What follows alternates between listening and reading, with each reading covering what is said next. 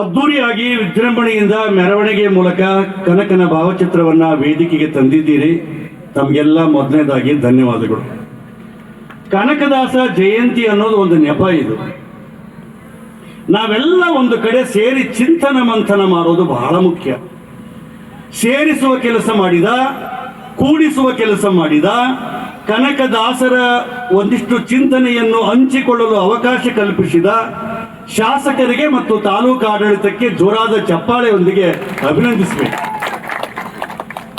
ಬಹಳಷ್ಟು ಜಯಂತಿಗಳು ಕೇವಲ ಮೆರವಣಿಗೆಗೆ ಆದ್ಯತೆ ನೀಡಿ ಹೆಚ್ಚಿನ ಸಮಯ ವ್ಯಯ ಮಾಡಿ ಆ ಮಹಾತ್ಮರ ವಿಚಾರಗಳ ಹಂಚಿಕೆಗೆ ಕಡಿಮೆ ಅವಧಿ ನೀಡುತ್ತಿರುವುದು ಸಮಂಜಸವಲ್ಲ. ಕಾರ್ಡ್ನಲ್ಲಿ ಏನು ಹಾಕಿದ್ದಾರೆ ಅಂದರೆ ವಿಶೇಷ ಉಪನ್ಯಾಸ ಅಂತ ಹಾಕ್ಯಾರ. ಮೆರವಣಿಗೆ ವಿಶೇಷವಾಗಿ, ಉಪನ್ಯಾಸ ಶೇಷವಾದರೆ ಕನಕದಾಸರ ಜಯಂತಿ ಅರ್ಥ ಕಳ್ಕೊಂತದೆ ಅಂತ ನಾನು ಬಹಳ ಪ್ರೀತಿಯಿಂದ ಕನಕನ ಅಭಿಮಾನಿಗಳಲ್ಲಿ ವಿನಂತಿ ಮಾಡ್ತೇನೆ. ಮುಂದಿನ ದಿನಗಳಲ್ಲಿ 4 ಗಂಟೆ ಕುಣಿದು ಕುಪ್ಪಳಿಸೋದು ಬೇಡ. ಕನಕನ ಆದರ್ಶವನ್ನು ಜೀವನದಲ್ಲಿ ಅಳವಡಿಸಿಕೊಂಡ್ರೆ ಕನಕದಾಸರ ಜಯಂತಿ ಸಾರ್ಥಕತೆ ಬರ್ತದೆ ಅನ್ನೋದು ನನ್ನ ಸಣ್ಣವನ ಅಭಿಪ್ರಾಯ. ಬಹಳ ಖುಷಿ ಇದೆ.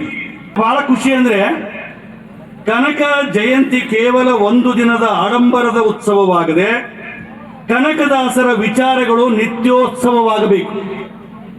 ಕನಕದಾಸರ ಸಾಹಿತ್ಯ ಪಥ ನಮ್ಮೆಲ್ಲರ ಜೀವನ ಪಥವಾಗಬೇಕು. ಸಾರ್ವಜನಿಕ ವ್ಯಕ್ತಿಯನ್ನ ಕೇವಲ ಒಂದು ಸಮುದಾಯಕ್ಕೆ ಸೀಮಿತಗೊಳಿಸಬಾರದು. ಇದು ಎಲ್ಲ ಮಹಾತ್ಮರಿಗೂ ಅನ್ವಯಿಸಿ ಹೇಳುವ ಮಾತು.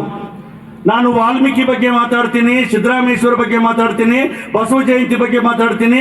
ಎಲ್ಲ ರಾಜ್ಯ ತುಂಬ ತುಮಕೂರು ಸಿದ್ಧಗಂಗಾ ಮಠದಲ್ಲಿ 10,000 ಜನರಿಗೆ ನಾನು ಮಾತಾಡಿ ಬಂದವನು. ಇದು ಅಹಂಕಾರದ ಮಾತಲ್ಲ. ಯಾಕೆ ಈ ಮಾತನ್ನು ಒತ್ತಿ ಒತ್ತಿ ಹೇಳ್ತಂದ್ರೆ, ಇತ್ತೀಚಿನ ದಿನಮಾನಗಳಲ್ಲಿ ಎಲ್ಲ ಜಯಂತಿಗಳು ಕೇವಲ ಜಾತಿಗೆ ಸೀಮಿತಗೊಳ್ಳುತ್ತಿರುವುದು ಬಹಳ ದುರಂತದ ವಿಷಯ. ನಾವು ಆಚರಿಸುವ ಬಹುತೇಕ ಜಯಂತಿಗಳು ಈಗ ಆಗಬಾರದಿತ್ತು. ಕುಲ ಕುಲ ಎಂದು ಬಡದಾಡಿದರೆ ನಿಮ್ಮ ಕುಲ ಯಾವುದು ಎಂದು ಕೇಳಿದ ಕನಕದಾಸರ ಮಡಿ ಮೈಲಿಗೆ ಮೇರಿದ ಮಹಾಜ್ಞಾನಿ, ಜಾತಿ ಪದ್ಧತಿ ಹೋಗಲಾಡಿಸಲು ಅನವರತ ದುಡಿದ ಭಕ್ತ ಶ್ರೇಷ್ಠ ಕವಿ ಕನಕದಾಸರನ್ನು ಒಂದು ಜಾತಿಗೆ ಸೀಮಿತಗೊಳಿಸಿ ಮೇರು ವ್ಯಕ್ತಿತ್ವವನ್ನು ಸಂಕುಚಿತಗೊಳಿಸಬಾರದು. ಅದರ ಜೊತೆಗೆ ಬಹಳ ಖುಷಿಯಿಂದ ಹೇಳುವ ಮಾತಂದ್ರೆ, ಯಾಕೆಂದ್ರೆ ಕನಕದಾಸ ಒಬ್ಬರಿಗೆ ಸೇರಿದ ವ್ಯಕ್ತಿಯಲ್ಲಿ ಇಡೀ ಮನುಕುಲದ ದಾರಿದೀಪ. ಅದು ಸಮಾಜದ ಮಾರ್ಗದರ್ಶಕ. ಆತ ಕುಸ್ತಿಗೆಯಲ್ಲಿ ನಿಂತು ನನಗೇನು ಖುಷಿ ಆಗಿದೆ ಅಂದರೆ, ಕನಕನ ವಿಚಾರಗಳೆಲ್ಲವೂ ಕೂಡ ಇಲ್ಲಿ ಮೇಳೈಸಿದೆ. ಎಲ್ಲ ಸಮಾಜದವರು, ನನಗೆ ಬಹಳ ವಿಚಿತ್ರ ಅನಿಸ್ತು. ಮೆರವಣಿಗೆಯಲ್ಲಿ ಈಗಾಗಲೇ ಹೇಳಿದ್ದಾರೆ, ಸರ್ವ ಜಾತಿಯ ಜನಾಂಗದ ತೋಟದಂತೆ ನನಗೆ ಕುಸ್ತಿಗೆ ಕಾಣ್ತಾ ಇದೆ. ಈ ವೇದಿಕೆ ಬಹಳ ಖುಷಿ ಕೊಟ್ಟಿದೆ ಅಂತ ಈ ಮಾತನ್ನು ಹೇಳ್ತೀನಿ. ಬೇರೆ ಕಡೆಗೆ ಇರುವಂತಹ ವಿಶೇಷತೆ, ಇಲ್ಲಿ ಏನು ವಿಶೇಷತೆ ಇದೆ ಅಂದರೆ, ಎಲ್ಲರನ್ನ ಕರ್ಕೊಂಡು ಭಾವೈಕ್ಯ ಬೆಸೆಯುವ, ಸಾಮರಸ್ಯ ಬೆಸೆಯುವ, ಸಹಿಷ್ಣುತೆ ಬೆಸೆಯುವಂಥ ಕೆಲಸ ಇಲ್ಲಿಯ ಶಾಸಕರು ಮತ್ತು ತಾಲೂಕು ಆಡಳಿತ ಮಾಡ್ತಾ ಇದೆ. ಕನಕನ ಸ್ಮರಣೆ ಗೈಯುವುದೇ ನಮ್ಮ ಜೀವನದ ದೊಡ್ಡ ಸೌಭಾಗ್ಯ ಅಂತ ನಾನು ಭಾವಿಸ್ಕೊಂಡಿದ್ದೀನಿ. ಕನಕ ಕುರಿ ಕಾಯುತ್ತಿದ್ದ, ಕೃಷ್ಣ ದನ ಮೇಯಿಸುತ್ತಿದ್ದ. ಕನಕ ಕುರಿ ಕಾಯುತ್ತಿದ್ದ, ಕೃಷ್ಣ ದನ ಮೇಯಿಸುತ್ತಿದ್ದ. ಪರಿಚಯವಾಯಿತು, ಹೆಚ್ಚೇನಿಲ್ಲ. ಕನಕ ರೊಟ್ಟಿ ಒಯ್ಯುತ್ತಿದ್ದ, ಕೃಷ್ಣ ಬೆಣ್ಣೆ ಹಚ್ಚುತ್ತಿದ್ದ. ಹಂಚಿಕೊಂಡು ಇಬ್ಬರು ಉಣ್ಣುತ್ತಿದ್ದರು, ಹೆಚ್ಚೇನಿಲ್ಲ. ಕನಕನಿಗೆ ಆಡು ಕಟ್ಟುವ ಹುಚ್ಚು, ಕೃಷ್ಣನಿಗೆ ಕೇಳುವ ಅಚ್ಚುಮೆಚ್ಚು. ಗೆಳತನ ಕುದುರಿತು, ಹೆಚ್ಚೇನಿಲ್ಲ. ಕನಕ ಬ್ಯಾ ಬ್ಯಾ ಎಂದ, ಕೃಷ್ಣ ಅಂಬಾ ಅಂಬಾ ಎಂದ. ಕಿರ್ಕಿರ್ ಮುರ್ಮುರು ಕೂಗ ಹಾಕಿ ಕೂಡಿ ಕೂಡಿ ಆಡಿ ನಲಿದರು, ಹೆಚ್ಚೇನಿಲ್ಲ. ಕುಲದ ನೆಲೆ ಇಲ್ಲ, ಕಾಲದ ಹಂಗಿಲ್ಲ. ಕನಕ ಮಣ್ಣಾದ, ಕೃಷ್ಣ ಕಲ್ಲಾದ. ಇದೊಂದು ಕಲ್ಲು ಮಣ್ಣಿನ ಕತೆ, ಹೆಚ್ಚೇನಿಲ್ಲ. ಇದನ್ನ ಸವಿತಾ ನಾಗಭೂಷಣ್ ಅವರು ಬಹಳ ಚೆನ್ನಾಗಿ ಹೇಳಿದ್ದಾರೆ. ಕೆಲವರು ಇರುವುದಕ್ಕಿಂತಲೂ ಹೆಚ್ಚು ದೊಡ್ಡವರಾಗಿ ಕಾಣುತ್ತಾರೆ, ಕೆಲವರು ಇರುವುದಕ್ಕಿಂತಲೂ ಹೆಚ್ಚು ದೊಡ್ಡವರಾಗಿ ಕಾಣುತ್ತಾರೆ, ಇನ್ನೂ ಕೆಲವರು ಕಾಣುವುದಕ್ಕಿಂತಲೂ ಹೆಚ್ಚು ದೊಡ್ಡವರಾಗಿ ಕಾಣುತ್ತಾರೆ. ದ್ವಿತೀಯ ಸಾಲಿಗೆ ಸೇರಿದ ಅದ್ವಿತೀಯ ವ್ಯಕ್ತಿ, ಮಹಾನ್ ಶಕ್ತಿ ಯಾರಾದ್ರಿದ್ರೆ ಅವರು ಕನಕದಾಸ. ಹಾಲು ಹಾಲು ಎಂತ ಹಾಲು, ಮೂರು ಗುಣ ಮೇಳವಿಸಿರುವ ಹಾಲು, ಸತ್ ಚಿತ್ತ ಆನಂದ ಬೆರೆತ ಹಾಲು. ಈ ಹಾಲು ಲೋಕವಂದಿತ ಹಾಲು. ಈ ಹಾಲು ಮತ ಸಮಾಜದಲ್ಲಿ ಅರುವಿನ ಕುರು ಬಲ್ಲವನೇ ಕುರುಬ ಎಂಬ ಕುರುಬ ಸಮಾಜದಲ್ಲಿ ಅನೇಕ ಮಹಾಪುರುಷರು, ಕವಿಗಳು, ಸಂತರು, ಪುಣ್ಯಾತ್ಮರು ಜನಿಸಿದ್ದಾರೆ. ಜಗತ್ತಿಗೆ ಬೆಳಕು ನೀಡಿದ ಅಂತಹ ಮಾನೀಯರ ಸ್ಮರಣೆ ಅತ್ಯಗತ್ಯವಾಗಿ ನಾವು ಮಾಡಲೇಬೇಕು. ಮಹಾಕವಿ ಕಾಳಿದಾಸ, ರೇವಣ ಸಿದ್ದೇಶ್ವರರು, ಅಮುಗಿ ದೇವಯ್ಯ, ಅಮುಗಿ ರಾಯಮ್ಮ, ವೀರಗೊಲ್ಲಾಳ, ಕಲಕೇತ ಭೀಮಯ್ಯ ಬೊಮ್ಮಯ್ಯ, ಕಿಲಾರದ ಭೀಮಣ್ಣ, ತುರಗಾಯಿ ರಾಮಣ್ಣ, ಇಟಗಿ ಭೀಮವ್ವ, ಸಜ್ಜಲಗುಟ್ಟದ ಶರಣಮ್ಮ, ಕದರಿ ರಂಬೆವ್ವ, ರುದ್ರಮುನಿ ದೇವರು, ದೇವಿ ಅಯ್ಯಲ್ಲಾಬಾಯಿ, ಗಟ್ಟಹಳ್ಳಿ ಅಂಜನಪ್ಪ ಸ್ವಾಮಿ, ಸಿದ್ದಪ್ಪಯ್ಯ ಒಡೆಯರು, ಮಹಾಪುರುಷ ಮಾಳಿಂಗರಾಯ, ದೈವಿ ಪುರುಷ ಬೀರಪ್ಪ, ಭಕ್ತ ಕನಕದಾಸ, ಇವರೆಲ್ಲರೂ ಹಾಲುಮತಕ್ಕೆ ಸೇರಿದವರು. ಭಕ್ತಿ ಮತ್ತು ಬದುಕನ್ನು ಸಮನ್ವಯಗೊಳಿಸಿದ ಸಮಾಜಮುಖಿ ದಾಸರು. ಕುಲದ ನೆಲೆ ಪ್ರಶ್ನಿಸಿ ಅಹಂ ಕಳೆದು ಸಮೂಹದ ಕಳಕಳಿ ತೋರಿದ ಕನಕ ನಮ್ಮೆಲ್ಲರ ಮನದ ನಿಜ ನಾಯಕ ಎಂದು ನಾವು ಅರಿಯಬೇಕಾಗಿದೆ. ಶರಣರು ರಚಿಸಿದ ವಚನಗಳಿಗೆ ವಚನ ಸಾಹಿತ್ಯ ಎಂದು ಕರೆದರೆ, ದಾಸರು ರಚಿಸಿದ ಕೀರ್ತನೆಗಳಿಗೆ ದಾಸ ಸಾಹಿತ್ಯ ಎಂದು ಕರೆಯುತ್ತಾರೆ. ವಚನ ಸಾಹಿತ್ಯ, ದಾಸ ಸಾಹಿತ್ಯ ಕನ್ನಡ ಸರಸ್ವತಿಯ ಅರಿವಿನ ಎರಡು ಕಣ್ಣುಗಳಿದ್ದಂತೆ. ಯಾರು ಹರಿಗೆ ದಾಸರಾದರೂ ಅವರು ಹರಿದಾಸರಾದರು, ಯಾರು ಶಿವನಿಗೆ ಶರಣರಾದರೂ ಅವರು ಶಿವಶರಣರಾದರು. ಜೇಡರ ದಾಸಿಮಯ್ಯ ಆದ್ಯ ವಚನಕಾರನಾಗಿರುವಂತೆ ನರಹರಿ ತೀರ್ಥರು ಕ್ರಿಸ್ತಶಕ 1281ರಲ್ಲಿ ದಾಸ ಸಾಹಿತ್ಯದ ಮೊದಲಿಗರಾಗಿದ್ದಾರೆ. ಶ್ರೀಪಾದರಾಯರು, ವ್ಯಾಸರಾಯರು, ವಾದಿರಾಜರು, ಪುರಂದರದಾಸರು, ಕನಕದಾಸರು, ಮೈಪತಿರಾಯರು, ವಿಜಯದಾಸರು, ರಾಘವೇಂದ್ರ ರಾಯರು, ಗೋಪಾಲದಾಸರು, ಜಗನ್ನಾಥದಾಸರು, ಗಲಗಲಿ ಅಮ್ಮನವರು, ಯಳವನಕಟ್ಟಿ ಗಿರಿಯಮ್ಮ, ಹರಪನಹಳ್ಳಿ ಭೀಮವ್ವ, ಪ್ರಸನ್ನ ವೆಂಕಟದಾಸ, ಮೋಹನದಾಸರು ಮೊದಲಾದೆಲ್ಲರೂ ಹರಿದಾಸ ಸಾಹಿತ್ಯವನ್ನು ಶ್ರೀಮಂತಗೊಳಿಸಿದ ಮಹನೀಯರಾಗಿದ್ದಾರೆ. ವಚನಕಾರರಾಗಲಿ ಕೀರ್ತನಕಾರರಾಗಲಿ ಸಾಹಿತ್ಯವನ್ನು ರಚಿಸಬೇಕೆಂದು ಹೊರಟವರಲ್ಲ. ನಾನು 20 ಪುಸ್ತಕ ಬರೆದೀನಿ, ನಾನು ಸಾಹಿತಿ ಉಪನ್ಯಾಸಕ ಅಂತ ಹೇಳ್ತಾರಲ್ವಾ, ಅವ್ರು ಯಾರು ಪ್ರಚಾರ ಪ್ರಿಯರಲ್ಲ, ಅವರು ವಿಚಾರ ಪ್ರಿಯರಾಗಿದ್ದರು. ಹಾಗಾಗಿ ತಮ್ಮ ಭಕ್ತಿಯ ಆನಂದದಲ್ಲಿ ಹೆಸರಿಗಾಗಿ ಅವರು ಯಾರು ಬರೆದವರಲ್ಲ. ಹೆಸರು ಹೆಸರು ಎಂಬುದು ಕಸುರು ಬೀಸುವ ಗಾಳಿ, ಹಸಿಯೊದ್ದು ನಿನಗೇಕೆ ಬ್ರಹ್ಮಪುರಿಯೊಳಗೆ, ಹಸುವಾಗು ಶಿಶುವಾಗು ಸಸಿಯಾಗು ಕಸಬರಿಕೆಯಾಗಿಳಿಗೆ ಮಂಕುತಿಮ್ಮ ಅಂತಾನೆ ಡಿ ವಿ ಗುಂಡಪ್ಪ. ಹಾಗಾಗಿ ಸಮಾಜದ ಕಸ ಬಳಿಯುವಂತ ಬಹುದೊಡ್ಡ ಕೆಲಸ ಯಾರು ಮಾಡಿದ್ದಾರೆ ಅಂದ್ರೆ ಭಕ್ತ ಕನಕದಾಸರು ಮಾಡಿದ್ದಾರೆ. ಈ ಕನ್ನಡ ಸಾಹಿತ್ಯ ಚರಿತ್ರೆಯಲ್ಲಿ 12ನೇ ಶತಮಾನದ ವಚನ ಸಾಹಿತ್ಯ, 16ನೇ ಶತಮಾನದ ಹರಿದಾಸ ಸಾಹಿತ್ಯ ಹೆಚ್ಚು ಜನಸಮ್ಮುಖವಾದಂಥ ಸಾಹಿತ್ಯವಾಗಿದೆ.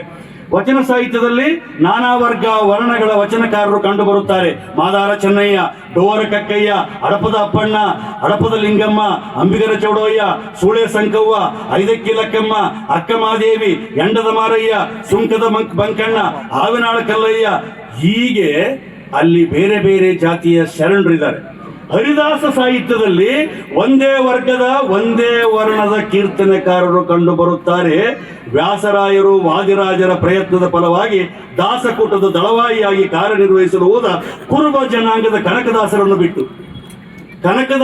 ಬಿಟ್ಟು ಉಳಿದವರೆಲ್ಲ ದಾಸರು ಒಂದೇ ಕುಲಕ್ಕೆ ಸೇರಿದವರಾಗಿದ್ದಾರೆ. ಜೋಳದಡಿಗೆ ಬಡೇ ಸಾಬ್, ರಾಮ್ ಸಾಬ್ ಕೂಡ ಇವರು ಭಿನ್ನ ಜಾತಿಗೆ ಸೇರಿದ್ದಾರೆ.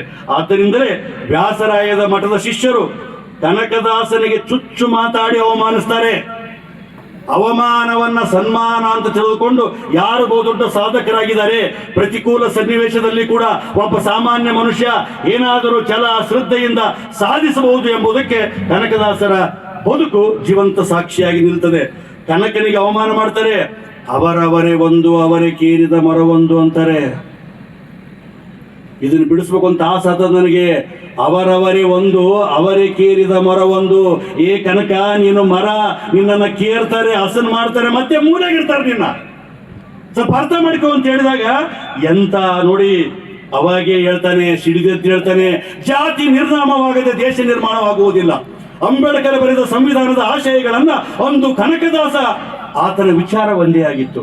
ಕುಲ ಕುಲ ಎಂದು ಬಡೆದಾಡದಿರಿ, ಕುಲದ ನೆಲೆಯೇನಾದರೂ ಬಲ್ಲಿರ, ಜಲವೇ ಸಕಲ ಕುಲಕ್ಕೆ ತಾಯಿ ಅಲ್ಲವೇ, ಜಲದ ಕುಲವೇನಾದರೂ ಬಲ್ಲಿರ, ಜಲದ ಬೊಬ್ಬೆಯುಳ್ಳಂತೆ ಸ್ಥಿರವಲ್ಲವೀ ದೇಹ, ನೆನೆ ಎರಿತು ನೀ ನೆನೆ ಕಂಡೆ ಮನುಜ ಅಂತಾನೆ. ಲೇ ಕೋತಿ, ಮನುಷ್ಯನ ಬದುಕಿದೆಲ್ಲ ನೀರಿನ ಮೇಲೆ ಗುಳ್ಳಿದಂಗ ತಮ್ಮ ಯಾವಾಗ ಹೊಡೆದೋತದ ಹೇಳಕ್ ಬರೋದಿಲ್ಲ. ಅಂತದ್ರಲ್ಲಿ ಉಚ್ಚ ನೀಚ ಅಂತಿದಿ, ಉಚ್ಚಗೇಡಿ ನೀ ಹುಟ್ಟಿ ಬಂದದ್ದು ಉಚ್ಚೆಯೊಳಗೆ ಮುಚ್ಚುಬಾಯಿ. ಎಷ್ಟು ಚಂದ ಅಭಿಪ್ರಾಯ ನೋಡಿ. ನಾ ಚಿಕ್ಕವನಾಗಿದ್ದಾಗ ನಮ್ಮಮ್ಮ ಆಡಿಸ್ತಿದ್ಲು. ನಮ್ಮಮ್ಮಗೆ 96 ವರ್ಷ, ನಮ್ಮಪ್ಪ ಸತ್ತು 28 ವರ್ಷ ಆಯ್ತು. ಹತ್ತಿ ಕಟ್ಟಿಗೆ ಭಾವನವರು ಬಸವನವರು ಕೈ ಧೂಳುಗಾಯಿ ಪಂಚಂ ಪಗಡಂ ನೆಲ ಮುಟ್ಟಿ ದುಡುಮ್ ಅಂತ ಆಡಿಸ್ತಿದ್ರು. ಹುಬ್ಬಳ್ಳಿ ಕಾರ್ಯಕ್ರಮದಲ್ಲಿ ಪಾಟೀಲ್ ಪುಟ್ಟಪ್ಪನವರ ಕಾರ್ಯಕ್ರಮದಲ್ಲಿ ಇದನ್ನು ಬಿಡಿಸಿದೆ ಒಂದಷ್ಟು. ಎಂತ ಬದುಕಿದೆ ಅಂದ್ರೆ ಇದ್ದಾಗ ಹತ್ತಿ ಕಟ್ಟಿಗೆ, ಸತ್ತಾಗ ಬತ್ತಿ ಕಟ್ಟಿಗೆ. ಎಷ್ಟು ಫಿಲಾಸಫಿ ಇದೆ ನೋಡಿ. ಇದ್ದಾಗ ಹತ್ತಿ ಕಟ್ಟಿಗೆ, ಸತ್ತಾಗ ಬತ್ತಿ ಕಟ್ಟಿಗೆ. ಭಾವನೂರು ಬಸವನೂರಿಗೆ ಹೇಳಿ ಕಳಿಸೋದು, ಸತ್ತಾರ್ರಿ ಬರ್ರಿ ಅಂತ. ಕೈ ಧೂಳುಗಾಯಿ ಹತ್ತಗಂತ ಬರುತ್ತಾರೆ. ಅಳದೆ ಶವ ಸಂಸ್ಕಾರ ಮಾಡಬಾರದು, ನಗದೆ ಮದುವೆ ಮಾಡಬಾರದು. ನಕ್ಕಂತ ಮದುವೆ ಮಾಡಬೇಕು, ಹತ್ತಗಂತ ಮಾಡಬೇಕು. ಪಂಚಂ ಪಗಡಂ 4 ಮಂದಿ ಎಣ ಹಿಡಿದಿರ್ತಾರೆ, ಇಂದೊಬ್ಬ ಚೆಂಬಿಗೆ ಹಿಡಿದಿರ್ತಾನೆ. ಪಂಚಂ ಪಗಡಂ ನೆಲ ಮುಟ್ಟಿ ದುಡುಮ್ ಒಳಗೆ ಹಾಕಿ ಬಿಡ್ತಾರೆ. ಇಷ್ಟೇ ಬದುಕದು. ಇಷ್ಟೆಲ್ಲ ಇದ್ದು ಕೂಡ ಮುಟ್ಟಾದ ಹೊರೆ ಒಳಗೆ ಹುಟ್ಟಿಯದು ಜಗವೆಲ್ಲ ಮುಟ್ಟಬೇಡಂದ ಆರುವವನು ಹುಟ್ಟಿದನು ಎಲ್ಲಿ ಸರ್ವಜ್ಞ ಅಂತ ಕೇಳ್ತಾರೆ. ಮುಟ್ಟು ತಡೆದು ಹುಟ್ಟಿದ ದೇಹವನ್ನು ಯಾಕೆ ಮುಟ್ತೀರಿ ಅಂತ ಪ್ರಶ್ನೆ ಮಾಡಿದ್ದಾರೆ. ಇಂದು ತುರುಕರಿಗೆ ಚಂದಿರನೊಬ್ಬನೇ, ಇಂದು ತುರುಕರಿಗೆ ಚಂದಿರನೊಬ್ಬನೇ, ನಿಂದಿಸಿದವನು ಅದವನು. ಅಂಧಕರಿಗೆ ಏಕೆ ದರ್ಪಣ ಅಂತ ತಿಂತಿಣಿ ಮೌನೇಶ ಕೇಳ್ತಾರೆ. ಜಾತಿ ವ್ಯವಸ್ಥೆ ವಿರುದ್ಧ ಯಾವುದೇ ಮತಧರ್ಮದ ಅಂತಸತ್ವವನ್ನು ಅಮೂಲಾಗ್ರವಾಗಿ ಅರಿಯದೆ ಬರೇ ಸೋಗಲಾಡಿತನದ ಆಚಾರಗಳಲ್ಲಿ ನಿರತರಾದ ಡಂಬಾಚಾರಿಗಳನ್ನು, ಕಪಟಿಗಳನ್ನು ಜುಟ್ಟಿಡಿದು ಜಾಲಾಡಿದ ಕೀರ್ತನೆ ಓದಿದಾಗ ಕನಕದಾಸ ಒಬ್ಬ ವೈಚಾರಿಕ ಕ್ರಾಂತಿಯ ಬಹುದೊಡ್ಡ ಜ್ವಾಲೆ, ಬೆಂಕಿ. ಅದು ಬೆಂಕಿ. ವೈಚಾರಿಕ ಕ್ರಾಂತಿಯ ಬಹುದೊಡ್ಡ ಜ್ವಾಲೆ ಅಂತ ಯಾಕೆ ಕರಿತೀನಂದ್ರೆ, ಕನಕ ಸಾಹಿತ್ಯ ದರ್ಶನ ಅಂತ ಒಂದು ಪುಸ್ತಕದ ನೀವು ತಗೋಬೇಕು. ನಾನು ತಂದೀನಿ ನೋಡಕ್ಕಿಂತ ಸುಮ್ಮನೆ. ಸಂಪುಟ ಬಂದ 1, 2, 3, 4 ಅಂತ ಕನ್ನಡ ಸಂಸ್ಕೃತಿ ಇಲಾಖೆಯವರು ಕರ್ನಾಟಕ ಸರ್ಕಾರ ಪ್ರಕಟ ಮಾಡ್ಯಾರ. ಅದರ ಹೆಸರು ಕನಕ ಸಾಹಿತ್ಯ ದರ್ಶನ. ಸಂಪುಟ 4ರ 389ನೇ ಪುಟದಲ್ಲಿ ಈ ಕೀರ್ತನೆ ದಾಖಲಾಗಿದೆ. ಒಂದಿಷ್ಟು ಓದ್ತೀನಿ, ಅರಗಿಸ್ಕೊಳ್ಳಕ್ ಆಗೋದಿಲ್ಲ. ಅಷ್ಟರ ಮಟ್ಟಿಗೆ ನೇರ ಮಾತನ್ನ ಇದ್ದದ್ದನ್ನ ಇದ್ದಂತೆ ಆಡಿ ಯಾರ ಮುಲಾಜಿಗೂ ಅಂಜದ ವ್ಯಕ್ತಿ. ನೇರವಾದಿ, ನಿಷ್ಠೂರವಾದಿ ಯಾರಾದ್ರಿದ್ರೆ ಕನಕದಾಸ. ನೋಡಿ, ತೀರ್ಥ ಪಿಡಿದವರೆಲ್ಲ ತಿರುನಾಮಧಾರಿಗಳೇ, ಜನ್ಮ ಸಾರ್ಥಕವಿಲ್ಲದವರೆಲ್ಲ ಭಾಗವತರೇ, ಮೂಗಿಡಿದು ನೀರೊಳಗೆ ಮುಳುಗಿ ಜಪತಪ ಮಾಡಿ ನಿಗಮಾಗಮ ಪುರಾಣಗಳನ್ನು ಓದಿ ತಿಳಿದು ಬಾಗಿ ಪರಸ್ತ್ರೀಯನ್ನು ಬಯಸಿ ಕಣ್ಣಿಡುವಂತ ಯೋಗ ಭ್ರಷ್ಟರಲ್ಲ ದೇವ ಬ್ರಾಹ್ಮಣರೇ. ಪಠ್ಯನಾಮವ ಬಳೆದು ಪಾತ್ರೆ ಕೈಯಲ್ಲಿ ಹಿಡಿದು ಕುಟ್ಟಿನಲ್ಲಿ ಜಪವ ಗುರುತರಿಯದೆ ಕೆಟ್ಟ ಕೂಗನ್ನು ಕೂಗಿ ಹೊಟ್ಟೆಯನ್ನು ಒರೆವಂತ ಪೊಟ್ಟ ಗೊಡಿಮೆಗಳೆಲ್ಲ ಪರಮ ವೈಷ್ಣವರೇ. ಲಿಂಗಾಂಗದೊಳಗಿರುವ ಚಿನ್ಮಯವ ತಿಳಿಯದೆ, ಅಂಗಲಿಂಗದ ನೆಲೆಯ ಕುರುಹರಿಯದೆ, ಜಂಗಮ ಸ್ಥಾವರದ ಒಲಬನರಿಯದೆ ಇಂಥ ಭಂಗಿ ಮುಕ್ಕುಗಳೆಲ್ಲ ನಿಜ ಲಿಂಗವಂತರೇ ಅಂತ ಪ್ರಶ್ನೆ ಮಾಡ್ತಾನೆ. ಮುಂದೆ ನೋಡಿ, ಅಲ್ಲ ಕುದ ಎಂಬ ಅರ್ಥವನ್ನು ತಿಳಿಯದೆ, ಮುಲ್ಲಾ ಶಾಸ್ತ್ರದ ನೆಲೆಯ ಮುನ್ನರಿಯದೆ, ಪೊಳ್ಳು ಕೂಗನ್ನು ಕೂಗಿ ಬೊಗಳಿ ಬಾಯಾರುವಂತ ಕಳ್ಳ ಸುಳ್ಳರಿಗಿಲ್ಲಿ ವೀರ ಸ್ವರ್ಗ ಉಂಟೆ. ವೇಷ ಭಾಷೆಯ ಗೋಸಾಯ ಉಡೆ ಉಟ್ಟು ಆಶೆಯನ್ನು ತೊರೆಯದೆಯೇ ತಪಕ್ಕೆ ಕುಳಿತು ವಾಸನೆಯ ಗುರುತಿನ ಒಲಬನರಿಯದ ಇಂಥ ವೇಷಧಾರಿಗಳೆಲ್ಲ ಸನ್ಯಾಸಿಗಳೇ. 6 ಚಕ್ರದ ನೆಲೆಯ ಅಷ್ಟಾಂಗ ಯೋಗದಲ್ಲಿ 3 ಮೂರ್ತಿಯ 3 ಕಡೆಯೊಳಗಿಸಿ ಮಾರಪಿತನೆಯ ಕಾಗಿನೆಲೆಯ ಆದಿಕೇಶವನ ಸಾರಿ ಭಜಿಸಿದವನಿಗೆ ಕೊರೆವ ಕೊರತೆಯುಂಟೆ ಅಂತ ಪ್ರಶ್ನೆ ಮಾಡ್ತಾರೆ. ಕಪಟದ, ಮೌಢ್ಯದ, ಸೋಗಲಾಡಿತನದ, ಕಂದಾಚಾರದ, ಜಾತಿ ವ್ಯವಸ್ಥೆಯ ಕಡು ವಿರೋಧಿ ಯಾರಂದ್ರೆ ಕನಕದಾಸರು. ಒಂದು ಜಾತಿಗೆ ಆತನನ್ನು ದಯಮಾಡಿ ಸೀಮಿತಗೊಳಿಸಬಾರದು. ಜಯಂತಿ ಈಗ ಅಪ್ಪ ಯಾರೋ ಒಬ್ಬ ಹೇಳಿದ್ರಿ ಇಲ್ಲಿ. ನಮ್ಮ ಅಪ್ಪನ ಹೆಸರು ಬಸಣ್ಣ, ಬಸಣ್ಣ ಹೆಸರು ಸಂಗಪ್ಪನ ಹೆಸರು ಏನು ಗೊತ್ತಿಲ್ಲ ನನಗೆ. ಅಲ್ಲಿಗೆ ಮುಗೀತು. ನಮ್ಮ ಅಪ್ಪಗ ಮನೆಗೆ ಬಟ್ಟೆ ಇರಿಸ್ಬಿಡ್ತೀನಿ ನಾನು. ಕನಕದಾಸರಿಗೆ ಹಂಗೆಲ್ಲ ನೋಡಿ. ಯಾರು ಜಯದ ಹಂತವನ್ನು ತಲುಪಿರ್ತಾರೆ ಅವರಿಗೆ ಜಯಂತಿ ಮಾಡ್ತಾರೆ. ಜಯದ ಹಂತ, ಸಕ್ಸಸ್ಫುಲ್ ಲೈಫ್. ಕೌಟುಂಬಿಕವನ್ನ ಗೆದ್ದು ಸಮಾಜಮುಖಿಯಾಗಿ ಹಸಿದವರ ಪರವಾಗಿ ಯಾರು ಮಾತಾಡ್ತಾರೆ ಅವರನ್ನ ಇಂಥ ಬಹಿರಂಗದಲ್ಲಿ ಜಯಂತಿ ಮಾಡ್ತಾರೆ. 500 ವರ್ಷಗಳು ಆಯ್ತು. ಆ ಪುಣ್ಯಾತ್ಮ ಇನ್ನೂ ಜೀವಂತ ಇದ್ದಾನಂದ್ರೆ ಆತನ ವ್ಯಕ್ತಿತ್ವ ಎಂಥದ್ದಿರಬೇಕು ಅಂತ ಒಂದಿಷ್ಟು ಅವಲೋಕನ ಮಾಡಬೇಕಾಗಿದೆ. ನೂರಾರು ಭಾವದ ಬಾವಿ ಎತ್ತಿಕೋ ನಿನಗೆ ಬೇಕಾದ ಸಿಹಿನೀರ ಪಾತ್ರೆಯಾಕಾರಗಳ ಕುರಿತು ಜಗಳ ಬೇಕೆ, ನಮಗೆ ಬೇಕಾಗಿರುವುದು ದಾಹ ಪರಿಹಾರವಲ್ಲವೇ ಅಂತಾನೆ ಡಾಕ್ಟರ್ GS ಶಿವರುದ್ರಪ್ಪ. ನೂರಾರು ಭಾವದ ಸಿಹಿನೀರವು ಬಸವಣ್ಣ, ಅಂಬೇಡ್ಕರ್, ಅಂಬಿಗರ ಚೌಡಯ್ಯ, ಕನಕದಾಸರು, ನೂರಾರು ಬಾವಿಯು. ನಿನಗೆ ಎಷ್ಟೆಷ್ಟು ಬೇಕು ಗ್ಲಾಸ್ನಾಗ ತಗೋ, ಚೆಂಬಿಗೆಗಾರ ತಗೋ, ವಾಟರ್ಗಾರ ತಗೋ, ನಿನ್ಗೆ ಎಷ್ಟೆಷ್ಟು ಬೇಕು ಅಷ್ಟು ನೀರು ಕುಡಿದು ಹೋಗು. ಬಾವಿಗಳ ಆಕಾರದ ಬಗ್ಗೆ ಜಗಳ ಬೇಕೆ? ಅವಾಗ ಗಿಡ್ಡ ನಾವು, ಎತ್ತರ ನಾವು, ಕರ್ರಗ ನಾವು, ಬೆಳ್ಳಗಾನ ತಗೊಂಡು ಏನ್ ಮಾಡೋದು? ಆತ ಬೋಧಿಸಿದ ಬದುಕಿದೆಯಲ್ಲ, ಅದನ್ನ ನಾವೆಲ್ಲ ಕಲಿಬೇಕಾಗಿದೆ. ಕನಕದಾಸರ ಜೀವನವನ್ನ ತಿಳಿದುಕೊಳ್ಬೇಕಾಗಿದೆ. ಈಗಾಗಲೇ ಅವರು ಜೀವನವನ್ನ ಹೇಳಿದ್ದಾರೆ. ನಾನು ಮುಂದುವರೆದು ಈಗ ಹೇಳೋದಿಷ್ಟೇನೆ. ನೋಡಿ, ತಂದೆ ತಾಯಿ ಮಗವನ್ನ ಎಲ್ಲವನ್ನು ಕಳೆದುಕೊಂಡು, ಈಗ ಹೇಳಿದ್ರಲ್ಲ ಅವರೆಲ್ಲ ತಿಮ್ಮಪ್ಪ ಅಂತ ಹೆಸರಿಟ್ರು. 78 ಹಳ್ಳಿ ನಾಯಕ ದಂಡನಾಯಕನ ಪದವಿಯನ್ನ ಕಸ್ಕೊಂಡ್ಬಿಟ್ರು ತಂದೆ ಸತ್ತ ಮೇಕೆ. ತವ್ರ ಮನೆಗೆ ಕರ್ಕೊಂಡು ಹೋದ್ದು ತಾಯಿ. ಹಾಲು ಸಕ್ಕರೆ ಉಂಡಂತ ಮಗ ಕುರಿ ಕಾಯಕ್ಕೆ ಹೋದ್ನಲ್ಲಪ್ಪ ಅಂತ ತುಂಬಾ ಬೇಜಾರು ಮಾಡಿಕೊಂಡ್ಲು. ಕಾಗಿನೆಲೆ ಆದಿಕೇಶವ ಯಪ್ಪ ನೀನೇ ಕಾಪಾಡು ಮಗನಂತ ಬೇಡ್ಕೊಂಡ್ಲು. ಕುರಿ ಕಾಯಕ್ಕೆ ಹೋದಾಗೆ ಹಾಡು ಕಟ್ಟಿ ಆಡ್ತಿದ್ದ. ಕೆರೆಗಳನ್ನ ಬಾವಿಗಳನ್ನ ತೋಡಿಸ್ಬೇಕನ್ನುವಂತ ಹುಚ್ಚು ಆತನಿಗಿತ್ತು. ಈ ಸುದ್ದಿ ಕೃಷ್ಣದೇವರಾಯನಿಗೆ ಮುಟ್ಟಿತು. ಆತ ಹೇಳ್ತಾನೆ 1509ರಲ್ಲಿ ತಿಮ್ಮಪ್ಪನ ಸಾಹಸ ಕೇಳಿ 78 ಹಳ್ಳಿಗಳ ದಂಡನಾಯಕ ಪದವಿಯನ್ನ ಅಪ್ಪನಿಂದ ಕಸಿದುಕೊಂಡು ಮತ್ತೆ ಮಗನಿಗೆ ಕೊಡ್ತಾರೆ. ಈತನ ಪ್ರತಿಭೆ ಎಂತದ್ದಿರಬಹುದು, ಕನಕನ ಸಾಹಸ ಎಂತದ್ದಿರಬಹುದು, ಕನಕನ ಸಮವಹಿತ ಹೇಗಿರಬಹುದು. ಆಗ ಬಚ್ಚಮ್ಮನಿಗೆ ತುಂಬಾ ಖುಷಿ ಆಗ್ತದೆ. ಕಾಗಿನೆಲೆ ಆದಿಕೇಶವನಿಗೆ ತಾನು ಮರೆ ಇಟ್ಟದ್ದು ಸಾರ್ಥಕವಾಯಿತು ಎಂದು ಭಾವಿಸುತ್ತಾಳೆ. ಮಗನಿಗೆ ಜನಕಲ್ಯಾಣ ಕಾರ್ಯ ಕೈಗೊಳ್ಳಲು ಹೇಳುತ್ತಾಳೆ. ತಿಮ್ಮಪ್ಪ ನಾಯಕನಿಗೆ ಮದುವೆ ಮಾಡ್ತಾರೆ. ತಿಮ್ಮಪ್ಪ ಕಾಲುವೆ ಕಟ್ಟಿಸ್ತಾರೆ, ರಸ್ತೆ ನಿರ್ಮಿಸ್ತಾರೆ, ರಸ್ತೆ ಬದಿಯಲ್ಲಿ ಸಸಿ ನೆಡುತ್ತಾರೆ, ದೇವಾಲಯಗಳ ಜೀರ್ಣೋದ್ಧಾರ ಮಾಡ್ತಾರೆ. ಒಂದು ದಿನ ಭೂಮಿ ಅಗೆಯುತ್ತಿದ್ದಾಗ ಕೊಪ್ಪರಿಗೆ ಕನಕ ದೊರೆಯುತ್ತದೆ. ಕನಕ ಕನಕ ಬಂಗಾರ. ಅವಾಗೆ ಅದನ್ನು ಸ್ವಾರ್ಥಕ್ಕಾಗಿ ಬಳಸದೆ, ನೋಡಿ ನಿಮ್ಮಂತವ್ರು ತಗೊಂಡು ಮನೆಗೆ ಹೋಗ್ಬಿಡ್ತು ಕಡೆ. ಕನಕ ಅದನ್ನು ಸ್ವಾರ್ಥಕ್ಕಾಗಿ ಬಳಸದೆ ಸಮಾಜಕ್ಕಾಗಿ ಬಳಸಿದ. ಸಾರ್ವಜನಿಕ ಹಣವನ್ನು ಸ್ವಾರ್ಥಕ್ಕಾಗಿ ಬಳಸುವ ಇಂದಿನ ನಾಯಕರ ಹಗರಣಗಳಲ್ಲಿ ತಿಮ್ಮಪ್ಪ ನಾಯಕನ ನಿಸ್ವಾರ್ಥತೆಯಲ್ಲಿ ಅರ್ಥ ಮಾಡ್ಕೋಬೇಕು. ಅನಾರೋಗ್ಯ 10 ವರ್ಷದ ಮಗ ತೀರಿಕೊಳ್ತಾನೆ. ಹೆಂಡತಿ ಅನಾರೋಗ್ಯದಿಂದ ತೀರಿಕೊಳ್ತಾಳೆ. ಕಷ್ಟದ ಮೇಲೆ ಕಷ್ಟ ಬರ್ತದೆ. ತಂದೆ ತಾಯಿ ಹೆಂಡತಿ ಮಗ ಎಲ್ಲರನ್ನು ಕಳೆದುಕೊಂಡು ದುಃಖದಲ್ಲಿದ್ದಾಗ ಅನ್ಯ ಅರಸರು ದಾಳಿ ಮಾಡ್ತಾರೆ. ರಣರಂಗದಲ್ಲಿ ಹೋರಾಡಿ ಮೂರ್ಛೆ ಹೋದಾಗ ಕನಕಪ್ಪ ನಾಯಕರಿಗೆ ಎಚ್ಚರವಾಗ್ತದೆ.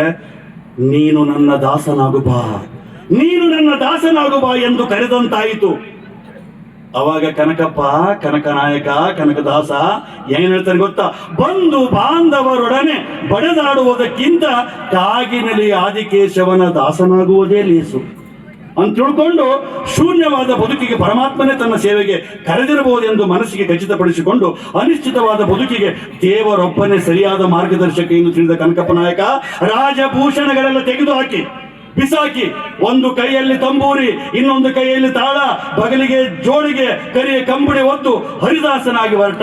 ಅಂದಿನಿಂದ ಕನಕಪ್ಪ ನಾಯಕ ಕನಕದಾಸನಾದ. ಇನ್ನು ಅವರಿಗೆ ಕುರುಬರಿಗೆ ಯಾರ ಮಂತ್ರ ಕೇಳಬೇಕು?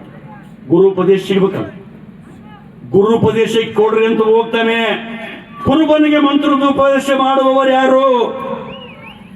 ತಾತಾಚಾರ್ಯ ಗುರುಗಳು ಉಪದೇಶ ನೀಡಿ ಆಘಾತಗೊಂಡಿದ್ದ ಮನಸ್ಸಿಗೆ ಒಂದಿಷ್ಟು ಶಾಂತಿ ಕೊಡ್ತಾರೆ. ತಾತಾಚಾರ್ಯ ನೆನಪಿಟ್ಕೋಬೇಕು ತಾವೆಲ್ಲ. ಇನ್ನು ಆತ್ಮೋದ್ಧಾರ ಮಾಡುವ ಗುರು ಯಾರಂತ ಹುಡುಕ್ತಾನೆ. ಅವಾಗ ಹೋಗಿ ಇಲ್ಲಿ ಹೋಗ್ತಾನೆ.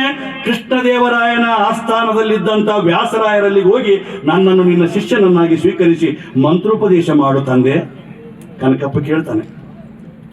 ಅವಾಗ ಅವರು ಅಂತಾರೆ, ಸಿಟ್ಟಿ ನೋಡಿ ಗುರು ಹೆಂಗ್ ಪರೀಕ್ಷೆ ಮಾಡ್ತಾರೆ. ಕುರುಬನಿಗೆ ಯಾವ ಮಂತ್ರ? ಕೋಣನ ಮಂತ್ರ ಅಂತಾರೆ. ಇಷ್ಟರದ ಸಾಕು. ಒಂದು ಮರದಡಿಯಲ್ಲಿ ಗುರುಪದೇಶವ ಹೇಳಿದ ಕೋಣನ ಮಂತ್ರ ಜಪಿಸ್ತಾರೆ. ಯಮಧರ್ಮರಾಯನೇ ಕೋಣವೇ ಎದುರು ಬಂದಂತಾಯಿತು. ಅವಾಗ ಮದನಪಲ್ಲಿ ವ್ಯಾಸ ಸಮುದ್ರ ಕೆರೆ ಕಟ್ಟಿಸುತ್ತಿದ್ದ.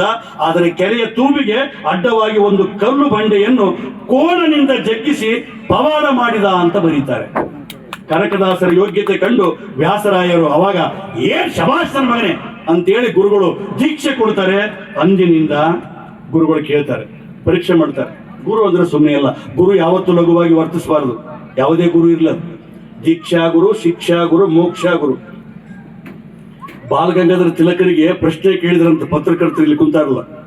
ಏನಂತ ಕೇಳಿದ್ರಂದ್ರೆ, ಏನ್ರಿ ಸ್ವಾತಂತ್ರ್ಯಕ್ಕಾಗಿ ಹೋರಾಟ ಮಾಡಕತ್ತೀರಿ, ನೀವೇನು ಪ್ರಧಾನಮಂತ್ರಿ ಆಗ್ಬೇಕಂತ ಮಾಡಿರ, ಏನ್ ರಾಷ್ಟ್ರಪತಿ ಆಗ್ಬೇಕಂತ ಮಾಡಿರ, ಏನು ಮಂತ್ರಿ ಆಗ್ಬೇಕಂತ ಮಾಡಿರ? ಅವಾಗ ಗೋಪಾಲಕೃಷ್ಣ ಗೋಖಲೆ ಅಂತಾರಂತೆ, ನಾನೇಕೆ ಪ್ರಧಾನಿ ಆಗಲಿ, ನಾನೇಕೆ ರಾಷ್ಟ್ರಪತಿ ಆಗಲಿ, ನಾನೇಕೆ ಮಂತ್ರಿ ಆಗಲಿ, ಎಲ್ಲರನ್ನು ತಯಾರು ಮಾಡುವ ಶಿಕ್ಷಕನಾಗ್ತೀನಿ ಅಂದ್ರಂತೆ. ಶಿಕ್ಷಕ ವೃತ್ತಿ ಅನ್ನೋದು, ಗುರು ಅನ್ನೋದು, ಅದು ದೀಕ್ಷಾ ಗುರು, ಮೋಕ್ಷ ಗುರು, ಶಿಕ್ಷಾ ಗುರು. ಗುರು ಯಾವಾಗ ಲಘುವಾಗಿ ವರ್ತಿಸ್ತಾನೆ, ಸಮಾಜ ಅವನನ್ನು ಲಘುವಾಗಿ ನೋಡುತ್ತದೆ. ಸದೃಢವಾದ ಗುರುವಿದ್ದರೆ ಸದೃಢವಾದ ಸಮಾಜ ನಿರ್ಮಾಣ ಮಾಡಕ್ಕೆ ಸಾಧ್ಯ ಆಗ್ತದೆ. ಹಾಗೆ ಹೇಳ್ತಾರೆ, ನಿಮ್ಗೆಲ್ಲ ಗೊತ್ತು, ಬಾಳೆಹಣ್ಣಿನ ಪರೀಕ್ಷೆ. ಬಾಳೆಹಣ್ಣು ಕೊಡ್ತಾರೆ, ತಿನ್ನು ಅಂತಾರೆ. ಯಾರು ಇಲ್ಲದ ಸ್ಥಳದಲ್ಲಿ ತಿನ್ಬೇಕಂದಾಗ ಎಲ್ಲರೂ ಅದೇನು ಬಿಡ್ರಿ ಆರಾಮ್ ತಿಂತೀವಿ ಅಂತಾರೆ. ಕನಕಪ್ಪ, ದೇವರಿಲ್ಲದ ಸ್ಥಳವಿಲ್ಲಲ್ಲಪ್ಪ, ಮತ್ತೆ ಹೆಂಗ್ ಮಾಡಮ್ಮ ಅಂತಾರೆ. ಗುರು ಶಿಷ್ಯರಿಗೆ ಕೇಳಿ ಯಾರು ಸ್ವರ್ಗಕ್ಕೆ ಹೋಗ್ತೀರಿ ಅಂತ ಕೇಳಿದ್ರೆ ಕನಕದಾಸ್ ಹೇಳ್ತಾನೆ, ಸ್ವರ್ಗಕ್ಕೆ ನಾ ಓದರೆ ಓದೇನು. ಹಿಂಗಂದ್ರೆ ಸಾಕು, ಉಳಿದವ್ರಿಗೆ ಬಾ ಬಾ ಬಾ ಕನಕಪ್ಪ ಸ್ವರ್ಗಕ್ಕೆ ಹೋತಾನಂತ, ಸ್ವರ್ಗಕ್ಕೆ ಅಂತ ವ್ಯಂಗ್ಯವಾಡ್ತಾರೆ. ಅವಾಗ ಅರ್ಥ ಆಗಲ್ಲ ಅವ್ರಿಗೆ. ಸ್ವರ್ಗಕ್ಕೆ ನಾ ಹೋದರೆ ಓದೇನು ಅಂತಾನೆ, ನಾ ಅನ್ನುವಂತ ಅಹಂಕಾರ ಹೋಗ್ಬೇಕು. ಅಹಂಕಾರ ಅಳಿಯದೆ ಅನುಭವ ಅಳವಡದು. ಫಲವಿದ್ದರೆಂಬೆ ಬಾಗುತ್ತದೆ, ತೆನೆ ಇದ್ದ ದಂಟು ಬಾಗುತ್ತದೆ, ಕೊನೆ ಇದ್ದ ಬಾಳೆ ಬಾಗುತ್ತದೆ, ನೀನೇಕೆ ಬೀಗುತ್ತೀಯ ಅಂತಾನೆ ನಿಮ್ಮ ಜಿಲ್ಲೆಯ ಸಿದ್ದಯ್ಯ ಪುರಾಣಿ. ಕೊಪ್ಪಳ ಜಿಲ್ಲೆಯ ಸಿದ್ದಯ್ಯ ಪುರಾಣ ಕೇಳ್ತಾರೆ, ಫಲವಿದ್ದರೆಂಬೆ ಬಾಗುತ್ತದೆ, ತೆನೆ ಇದ್ದ ಬಾಳೆ ಬಾಗುತ್ತದೆ, ಕೊನೆ ಇದ್ದ ಬಾಳೆ ಬಾಗುತ್ತದೆ, ತೆನೆ ಇದ್ದ ದಂಟು ಬಾಗುತ್ತದೆ, ನೀನೇಕೆ ಬೀಗುತ್ತೀಯ? ಕೆಲವ್ರು ಹಿಂಗೆ ಓದ್ತಿರ್ತಾರೆ, ನೋಡ್ಬೇಕು ನೀವು. ಹಳ್ಳಿಯಾಗ ಮಾತಾಡ್ತಾರೆ ಬಹಳ ಚಂದ, ಗಾನ ಉರಿತಾನ ಸುಳಮಾಗ ಯಾವಾಗ ಸಾಯ್ತಾನ ಅಂತಿರ್ತಾರೆ. ಊರದವ್ರು ಊರಾಗಿರಲ್ಲ ಅಂತಾರೆ. ಅರೇ ನಿಮ್ ಕಡೆಗೆ ಅಲ್ಲ, ನಮ್ ಕಡೆಗೆ ಒಬ್ಬ ಗ್ರಾಮ ಪಂಚಾಯತಿ ಮೆಂಬರ್ ಇರ್ತಾನ, ಸುಟ್ಟೇನೋ ಅಂತಾನೆ, ಕಡ್ಡಿ ಬರೋ ಹಾಕಿರೋದಲ್ಲ. ಅದಕ್ಕೆ ಬಸವಣ್ಣ ಕನಕದಾಸ ನಾ ಸಣ್ಣವ ನಾ ಸಣ್ಣವ ನಾ ಸಣ್ಣವ ಅಂದಾರ ನೋಡ್ರಿ. ಯಾರು ದೊಡ್ಡವ ಅಂತ ಅಂದಿಲ್ಲ, ಅದಕ್ಕೆ ಅವ್ರು ದೊಡ್ಡವರಾಗ್ಯಾರ. ಉಳ್ಳವರು ಶಿವಾಲಯ ಮಾಡುವರು, ನಾನೇನು ಮಾಡಲಿ ಬಡವನಯ್ಯ, ಎನ್ನ ಕಾಲೇ ಕಂಬ ದೇವೇ ದೇಗುಲ ಶಿರವೇ ವನ್ನ ಕಳಸವಯ್ಯ. ನಾ ಬಡವ ನಾ ಬಡವ ನಾ ಬಡವ ಅಂದ ಬಸವಣ್ಣ. ಹಣಕಾಸಿನ ಮಂತ್ರಿ, ಹಣಕಾಸಿನ ಮಂತ್ರಿ ನಾ ಸಣ್ಣವ ಅಂದ. ನಾವು ಅದೇ ರೂಪದ ಮದ, ವಿದ್ಯೆಯ ಮದ, ಯೌವನದ ಮದ, ಒಂದು ಮದ ನಮ್ಮನ್ನು ಸತ್ಯನಾಶ ಮಾಡ್ತದೆ. ಯಾವತ್ತು ಮದ ಏರಬಾರದು. ಎಂತ ಮಾತ್ರಿ, ನಳ ಚರಿತ್ರೆ ಅಂತ ಒಂದು ಬುಕ್ ಬರೆದಾನೆ, 481 ಪದ್ಯಗಳಿವೆ, ತಿಳ್ಕೊಳ್ಳಿ. ನಳ ಚರಿತ್ರೆ ಎಂಬ ಪುಸ್ತಕದಲ್ಲಿ ಅದೊಂದು ಪ್ರೇಮ ಕಾವ್ಯ ಕನಕದಾಸಂದು, 481 ಪದ್ಯಗಳಿವೆ. ಮೋಹನ ತರಂಗಿಣಿ ಅಂತ ಪ್ರೇಮ ಕಥೆ ಬರೆದರೆ 2798 ಪದ್ಯಗಳಿವೆ. ರಾಮ ಧ್ಯಾನ ಚರಿತೆ ಅಂತ ಬರೆದರೆ ಅದು ಜಾತಿ ವ್ಯವಸ್ಥೆಯನ್ನು ಬಯಲು ಮಾಡಿದ ಗ್ರಂಥ. ಅಲ್ಲಿ 156 ಹಾಡುಗಳಿವೆ. ಹರಿಭಕ್ತ ಸಾರದಲ್ಲಿ 110 ಹಾಡುಗಳಿವೆ. ಇದು ಆಧ್ಯಾತ್ಮಿಕ ಸಾಧನೆಗೆ ಹಾಡು. ಅವಾಗ ಗೊತ್ತಿರಲಿ, ನಾನು ಹೋದ್ರೆ ಓದ್ತೀನಿ ಅಂದ್ರೆ ನಿಮ್ಮಲ್ಲಿ ಆಗಲಿ ನಮ್ಮಲ್ಲಿ ಆಗಲಿ. ಸ್ವಾಮಿ ವಿವೇಕಾನಂದ ಬದುಕಿದ್ದು 36 ವರ್ಷ, ಬಸವಣ್ಣ ಬದುಕಿದ್ದು 39 ವರ್ಷ. ಅಲ್ಪಾಯುಷ್ಯದಲ್ಲಿ ಎಂತ ಸಾಧನೆ ಮಾಡ್ಯಾರ ನೋಡ್ರಿ ಅವರೆಲ್ಲ. ನಾನ್ ಮಾಡೀನಿ ನನ್ನಿಂದ ಮುಂದೆ ಬಂದನ, ನನ್ನಿಂದ ಅಲ್ಲೇ ನೀನ್ ಯಾರು ಮಾಡಕ್ಕೆ? ಇನ್ನೊಬ್ಬರ ಬಗ್ಗೆ ತಪಾಸ್ ಯಾರು ಮಾಡ್ತಾರ, ಜೀವನದಲ್ಲಿ ನಪಾಸ್ ಆಗ್ತಾನಂತವನು. ಕಾಯಿ ಒಳಗ ಕೊಬ್ಬರಿ ಇರ್ತಲ್ರಿ, ಈ ಕಾಯದೊಳಗ ಒಂದಿಷ್ಟು ಕಬರು ಇರ್ಬೇಕು, ಕಬರು. ಅದಕ್ಕೆ ಕಬರಿಗೇಡಿ ಅಂತಾರೆ. ಎಲ್ಲ ಪ್ರಾಣಿಗಳಲ್ಲಿ ಶ್ರೇಷ್ಠ ಪ್ರಾಣಿ ಮನುಷ್ಯ ಅಂತ ಅರಿಸ್ಟಾಟಲ್ ಯಾಕೆ ಕರ್ದಾನಂದ್ರೆ, ಏನ್ ತಿನ್ಬೇಕು ಏನ್ ತಿನ್ಬಾರ್ದು, ಏನ್ ಆಡ್ಬೇಕು ಏನ್ ಆಡಬಾರ್ದು, ಏನ್ ಮಾಡ್ಬೇಕು ಏನ್ ಮಾಡಬಾರ್ದು ಅಂತ ವಿವೇಚನ ಶಕ್ತಿ ಇರೋದು ಮನುಷ್ಯನಿಗೆ ಮಾತ್ರ, ಕತ್ತಿ ನಾಯಿ ಹಂದಿಗಳಿಗೆಲ್ಲ. ಇಷ್ಟೆಲ್ಲ ಇದ್ದು ಕೂಡ ಎಷ್ಟು ಮಟ್ಟಿಗೆ ನಾವು ಪವಿತ್ರವಾಗಿದ್ದೀವಿ ಅಂತ ಆತ್ಮಾವಲೋಕನ ಮಾಡಿಕೊಂಡ್ರೆ ಸೊಕ್ಕು ತುಂಬಿ ಹೋಗ್ಯದ್ರಿ. ಸ್ವರ್ಗಕ್ಕೆ ನಾವು ಹೋದರೆ ಓದೇನಂತಾನಲ್ಲ, ಇಲ್ಲೊಂದು ದೃಷ್ಟಾಂತ ಹೇಳ್ತೀನಿ, ದಯಮಾಡಿ ಕೇಳಿ. ಕಾಳಿದಾಸ ಮತ್ತು ಭೋಜರಾಜ ಹೆಸರು ಯಾರು ಕೇಳಿಲ್ಲ ಹೇಳಿ? ಬಹಳ ಚಂದದ. ಸಿದ್ದೇಶ್ವರ ಅಪ್ಪಗಳು ಎಲ್ಲೋದ್ರೂ ಇದನ್ನ ಹೇಳ್ತಿದ್ರು. ಒಂದಿಷ್ಟು ಯಾರನ್ನ ಕೇಳಿದ್ರೆ ಸುಮ್ಮನೆ ಇರಿ, ಕೇಳಲಾರ್ದು ಒಂದು ಕೇಳಿಬಿಡಿ. ಕಾಳಿದಾಸ ಭೋಜರಾಜ ವಾಕಿಂಗ್ ಹೊಂಟಿದ್ರಂತ, ವಾಕಿಂಗ್, ವನ ವಿಹಾರ. ಅಡಿವ್ಯಾಗ ಹೋಗ್ತಾರೆ, ಮತ್ತೆ ರಾಜಧಾನಿ ಬರ್ಬೇಕು. ಅವ್ರ ರಾಜಧಾನಿ ಮಿಥಲೆ ರಾಜಧಾನಿ. ಅಲ್ಲಿಗೆ ಬರಕ್ ಆಗುದಿಲ್ಲ, ಅಡಿವ್ಯಾಗ ದಾರಿ ಕಳ್ಕೊಂಡ್ಬಿಡ್ತಾರೆ ಕಾಡ್ನ್ಯಾಗ. ಅಲ್ಲೊಂದು ಗುಡಿಸಲು ಇರ್ತದೆ, ಜೋಪಡಿ ಗುಡಿಸಲು, ಆ ಕಾಟೇಜ್ ಇರ್ತದೆ. ಅಲ್ಲೋಗಿ ಕೇಳ್ತಾರೆ ಇಬ್ಬರು, ಭೋಜರಾಜ ಮತ್ತು ಕಾಳಿದಾಸ, ಕವಿರತ್ನ ಕಾಳಿದಾಸ. ಏನ್ ಅಜ್ಜಿ, ನಾ ಸ್ವಲ್ಪ ರಾಜಧಾನಿಗೆ ಹೋಗ್ಬೇಕು, ಮಿಥಿಲೆಗೆ, ಅಡಿವ್ಯಾಗ ಬಂದುಬಿಟ್ಟಿವಿ, ಬರೋದೇನೋ ಬಂದುಬಿಟ್ಟಿವಿ, ಸ್ವಲ್ಪ ದಾರಿ ತಪ್ಪ್ಯದ, ಸ್ವಲ್ಪ ದಾರಿ ತೋರಿಸಿ ಪುಣ್ಯ ಕಟ್ಟಿಕೋ ಅಜ್ಜಿ ಅಂತ ಕೇಳ್ತಾರೆ. ಅವಾಗ ಅಜ್ಜಿ ಅಂತಾಳೆ, ನೋಡಕ ದೊಡ್ಡ ಮನುಷ್ಯರ ಕಂಡಂಗೆ ಕಾಣ್ತೀನಿ, ಮತ್ತೆ ದಾರಿ ತಪ್ಪಾರ್ದಾಗಿತ್ತಲ್ಲ ಅಂತಾಳೆ. ಅವ್ರು ಅಂತಾರೆ, ದೊಡ್ಡ ಮನುಷ್ಯರೇನು ಸಣ್ಣ ಮನುಷ್ಯರೇನು, ದಾರಿ ತಪ್ಪಿಬಿಟ್ಟಿವಿ, ಈಗಾಗಲೇ ಮುಗಿತಾಯ್ತು ಕತಿ, ಇವ ತೋರಿಸ್ಬಿಡಿವ. ಕೈ ಮುಕ್ಕೊಂಡು ನಿಲ್ತಾರೆ. ಅವಾಗ ಅಜ್ಜಿ ಬಾಳ ಪಕ್ಕ, ನಾನು ನಿಮಗೆ ಇಂಟರ್ವ್ಯೂ ಮಾಡ್ತೀನಿ, ಇಂಟರ್ವ್ಯೂ ಅಂತಾಳೆ, ಸಂದರ್ಶನ, ಪ್ರಶ್ನೆ ಕೇಳ್ತೀನಿ, ಉತ್ತರ ಕೊಡ್ರಿ, ಆಮೇಲೆ ನಿಮಗೆ ಬೇಕಾದ್ರೆ ದಾರಿ ತೋರಿಸ್ತೀನಿ ಅಂತ. ಕೇಳ ಅಜ್ಜಿ ಅಂತಾರೆ. ಯಾರು ನೀನು ಅಂತಾರೆ. ನಾನು ಭೋಜರಾಜ ಅಂತಾನೆ. ಅಜ್ಜಿ ಹತ್ರ ಕೇಳಿ, ನನಗೆ ಗೊತ್ತಿದ್ದಾಗೆ ರಾಜರಿಬ್ರೆ, ಒಂದು ಮಳೆ ರಾಜ, ಇನ್ನೊಂದು ಯಮರಾಜ, ನೀನ್ ಯಾರ ರಾಜನೋ ಕೊಡಿ. ನೆಕ್ಸ್ಟ್ ನೀನ್ ಯಾರು ಅಂತ ಕೇಳ್ತಾರೆ. ನಾನು ಮಹಾಕವಿ ಅಂತಾನೆ. ಹುಚ್ಚ, ನಿಸರ್ಗವನ್ನೇ ಇಟ್ಕೊಂಡು ಪದ್ಯ ಬರಿತಿದೆ, ನಿಸರ್ಗ ಮಹಾಕಾವ್ಯ ಆಗಿರ್ಬೋದು, ನೀನು ಬರೀ ಕವಿಪ, ನೀನು ಮಹಾಕವಿ ಅಲ್ಲ, ಅಹಂಕಾರ ಇರಬಾರದು ಅಂತ ಅಜ್ಜಿ ಹೇಳ್ತಾರೆ. ನೆಕ್ಸ್ಟ್ ಅಜ್ಜಿ ನಾವು ಲೋಕಕ್ಕೆ ಪ್ರಿಯರಾದವರು ಅಂತಾರೆ, ಇಬ್ರು ಕೂಡಿ ನಾವು ಲೋಕಕ್ಕೆ ಪ್ರಿಯರಾದವರು. ಅವಾಗ ಅಜ್ಜಿ ಪಕ್ಕ, ಲೋಕಕ್ಕೆ ಪ್ರಿಯವಾದ ವಸ್ತು ಈ ಜಗತ್ತಿನಲ್ಲಿ ಎರಡೇ, ಒಂದು ಅನ್ನ, ಇನ್ನೊಂದು ನೀರು. ನೀವ್ಯಾ ಪ್ರಿಯರು? ಈಗ ನೋಡಿ, ಹೊಟ್ಟಿ ಗಟ್ಟಿ ಮಾಡ್ಕೊಂಡು ಬಂದು ಕುಂಸಲಿಗೆ ನನ್ನ ಮಾತು ಕೇಳಕತ್ತೀರಿ, ಹೌದಲ್ಲ? ಎಲ್ಲರೂ ಮಾಡುವುದು ಹೊಟ್ಟೆಗಾಗಿ, ಗೇಣು ಬಟ್ಟೆಗಾಗಿನಿ ಅಂತ ದಾಸಯ್ಯ ಹೇಳಿದ್ದು. ಉದರ ಪೋಷಣಂ ಬಹುಕೃತ ವೇಷಂ. ಇದೊಂಥರ ಲೈಫ್ ಈಸ್ ಎ ಡ್ರಾಮಾ. ಜೀವನ ಅಂದ್ರೆ ಹುಡುಗಾಟ ಅಲ್ಲ, ಹುಡುಕಾಟ. ಹುಡುಕಬೇಕೇನೇನು ಸಿಗುತ್ತದೆ, ಹುಡುಗಾಟ ಮಾಡಿದ್ರೆ ಏನು ಮಣ್ಣು ಸಿಗಲ್ಲ. ನಿಮ್ಮ ಮಕ್ಕಳಿಗೆ ಎಜುಕೇಶನ್ ಕೊಡಿಸಿ, ಅದೇ ದೊಡ್ಡ ಅಸ್ತ್ರ. ಆವಾಗ ಲೋಕಕ್ಕೆ ಪ್ರಿಯವಾದ ಅನ್ನ ಮತ್ತು ಅಜ್ಜಿ ನಾವು ಸಿರಿವಂತರು ಅಂತಾರೆ, ಶ್ರೀಮಂತರು. ಹುಚ್ಚ, ಮುತ್ತು ರತ್ನ ಕೊಡುವ ಆ ಸಮುದ್ರದ ಮುಂದೆ ನೀವ್ಯಾ ಸಿರಿವಂತರು ಅಂತ ಕೇಳ್ತಾರೆ. ಅಜ್ಜಿ ನಾವು ಅತಿಥಿಗಳು ಅಂತ ತಿಳ್ಕೊಂಡ್ಬಿಡು. ಗೆಸ್ಟ್ ಅತಿಥಿಗಳು. ತಮ್ಮ, ಈ ಜಗತ್ತಿನಲ್ಲಿ ಇಬ್ಬರೇ ಅತಿಥಿಗಳು, ಒಂದು ಯೌವನ, ಇನ್ನೊಂದು ಪ್ರತಿಭೆ. ಒಂದು ಸಲ ಯೌವನ ಬಂತಂದ್ರೆ ಭಾಳ ಆದ್ರೆ ಈ ಬಿಳಿ ಕೂದಲ ಬಂದ್ರೆ ಮಂದಿ ಕಾಣಬಾರದಂತ ಏರ್ಡೈ ಮಾಡ್ಕೊಂತಾರೆ ಅಷ್ಟೇ. ಮುಪ್ಪು ಯಾವತ್ತೂ ಮುಚ್ಚಿಡಕ್ಕಾಗಲ್ಲ. ಮುಪ್ಪೇ ಅದು. ಯೌವನ ಒಂದೇ ಸಲ ಬರ್ತದೆ. ಪ್ರತಿಭೆ ಅಂತ ಏನಂತಾರಂದ್ರೆ, ನೋಡಿ, ನಮ್ಮ ಹುಡುಗರು CET ಎಕ್ಸಾಮ್ ಬರೀತಿರ್ತಾರೆ, 4ರಾಗ ಒಂದು ಟಿಕ್ ಹಾಕೋದಿರ್ತದೆ. ಟಿಕ್ ಹಾಕೋ ಹೊತ್ತಿಗೆ ಬಳದ್ರೆ ಸಕ್ಸಸ್ ಆಗ್ತದೆ. ಪೇಪರ್ ಕೊಟ್ಟು ಗೇಟಿಗೆ ಬಂದ ಮ್ಯಾಕ ಉತ್ತರ ಬಂದ್ರೆ ಸಮಯಕ್ಕೆ ಒದಗದ ಜ್ಞಾನ ಇದ್ದರೇನು ಓದರೇನು. ಪ್ರತಿಭೆ ಮತ್ತು ಯೌವನ ಯಾವಾಗಲೂ ಒಂದೇ ಸಲ ಬರ್ತವೆ. ಅವರು ನಿಜವಾದಂತ ಅತಿಥಿಗಳು, ನೀವಲ್ಲ. ಅಜ್ಜಿ ನಾವು ಪ್ರಯಾಣಿಕರು ತಿಳ್ಕೊಂಡ್ಬಿಡು, ಪ್ಯಾಸೆಂಜರ್ ಅಂತಾರೆ. ಅವಾಗ ಇವರಂತಾರೆ, ಸೂರ್ಯ ಮತ್ತು ಚಂದ್ರ ಇಬ್ಬರೇ ಪ್ರಯಾಣಿಕರು. ಯಾರು ನಿಂತೇ ಇಲ್ಲ ಅವ್ರು ಇವತ್ತಿಗೂ. ಸೂರ್ಯ ಚಂದ್ರ ಅವ್ರ ಪ್ರಯಾಣಿಕರು, ನೀವಲ್ಲ ಅಂತಾರೆ. ನಾನು ಸ್ವಲ್ಪ ಸ್ಪೀಡಾಗಿ ಹೇಳ್ತೀನಿ. ಸಹನಾಶೀಲರು. ಅಜ್ಜಿ ನಾವು ತಾಳ್ಮೆ ಉಳ್ಳವರು ಅಂತಾಳೆ. ಅವಾಗ ಅಜ್ಜಿ ಅಂತಾಳೆ, ಕೇಳಿ, ಒತ್ತ ಭೂಮಿ ಮುಂದೆ, ಎತ್ತ ತಾಯಿ ಮುಂದೆ ನೀವ್ಯಾ ಸಹನಶೀಲರು? ಈ ಭೂಮಿ ಮೇಲೆ ಮೂತ್ರ ಮಾಡ್ತೀವಿ, ಮಲ ಮಾಡ್ತೀವಿ, ಉಗುಳ್ತೀವಿ. ಭೂಮಿ ತಾಯಿ ಕ್ಷಮೆ ಆಧರಿತ್ರಿ, ನಿಮ್ಮನ್ನ ಕ್ಷಮೆ ಮಾಡ್ತಾಳೆ. ಅತಿ ಆದಾಗ ಭೂಕಂಪ ಆಗ್ತದಷ್ಟೇ. ಅರ್ಥ ಮಾಡಿಕೊಳ್ಳುವಂತ ಅಂಶ. ಇವ್ರು ಹೇಳ್ತಾರೆ, ಅಜ್ಜಿ ಮತ್ತೆ ನಾವು ಸೋತವರು ಅಂತಾರೆ. ನಾವು ಸೋತು ಬಿಟ್ಟಿವಿ ಅಜ್ಜಿ ಅಂತಾರೆ. ಅಜ್ಜಿ ಬಾ ಪಕ್ಕ. ರಕ್ಷಿಸಲಿಕ್ಕೆ ಆಗದೆ ಇರುವಷ್ಟು ಯಾರು ಮಕ್ಕಳು ನಡೆದಾರೆ, ತೀರಿಸಲಿಕ್ಕೆ ಆಗದೆ ಇರುವಷ್ಟು ಯಾರು ಸಾಲ ಮಾಡ್ಯಾರ, ಅವ್ರು ಮಾತ್ರ ಜೀವನದಲ್ಲಿ ಸೋತವರು. ನಿಮ್ಮನ್ನು ನೋಡಿದ್ರೆ ನನಗೆ ಹಂಗ ಅನ್ಸಲ್ಲ ಅಂತ. ಇಲ್ಲಿ ಸೇರಿದವರು ಬಹಳ ಅರ್ಥ ಮಾಡಿಕೊಳ್ಳಿ. ಇದ್ರೊಳಗೆ ಫ್ಯಾಮಿಲಿ ಪ್ಲಾನಿಂಗ್ ಇದೆ. ಸಾಲ ಇಲ್ಲದ ಮನೆ ಸ್ವರ್ಗ ಅಂತಾನೆ ಸರ್ವಜ್ಞ. ದಯಮಾಡಿ ಸಾಲ ಮಾಡಬೇಡಿ. 10 ರೂಪಾಯಿ ದುಡಿದು 8 ರೂಪಾಯಿ ಖರ್ಚು ಮಾಡಿ 2 ರೂಪಾಯಿ ಉಳಿಸ್ಯಾರಿ, ಅದು ಬದುಕಿನ ಸಿದ್ಧಾಂತ. 10 ರೂಪಾಯಿ ದುಡಿದು 10 ರೂಪಾಯಿ ಖರ್ಚು ಮಾಡಿ ಸ್ವಲ್ಪ ಡೇಂಜರ್ ಇದೆ. 10 ರೂಪಾಯಿ ದುಡಿದು ಯಾರು 12 ರೂಪಾಯಿ ಖರ್ಚು ಮಾಡ್ತಾರೆ, ಅದು ಮನೆ ಹಾಳಾಗಿ ಹೋಗ್ತದೆ. ಇಲ್ಲಿ ಅರ್ಥ ಮಾಡಿಕೊಳ್ಬೇಕು, ರಕ್ಷಿಸಲಿಕ್ಕೆ ಆಗದೆ ಇರುವಷ್ಟು ಮಕ್ಕಳನ್ನ ಅಡಿಬಾರದು. ನಾವಿಬ್ಬರು ನಮಗಿಬ್ರು, ಈಗ ಬೇರೆ ಬಂದದಿ, ನನಗೆ 2 ಮಕ್ಕಳವ, ನಾವಿಬ್ಬರು ನಮಗಿಬ್ರು. ಇನ್ಮ್ಯಾಗ ಮುಂದೆ ಬರ್ತಾ ನಾವಿಬ್ಬರು ನಮ್ಗೊಬ್ರೆ.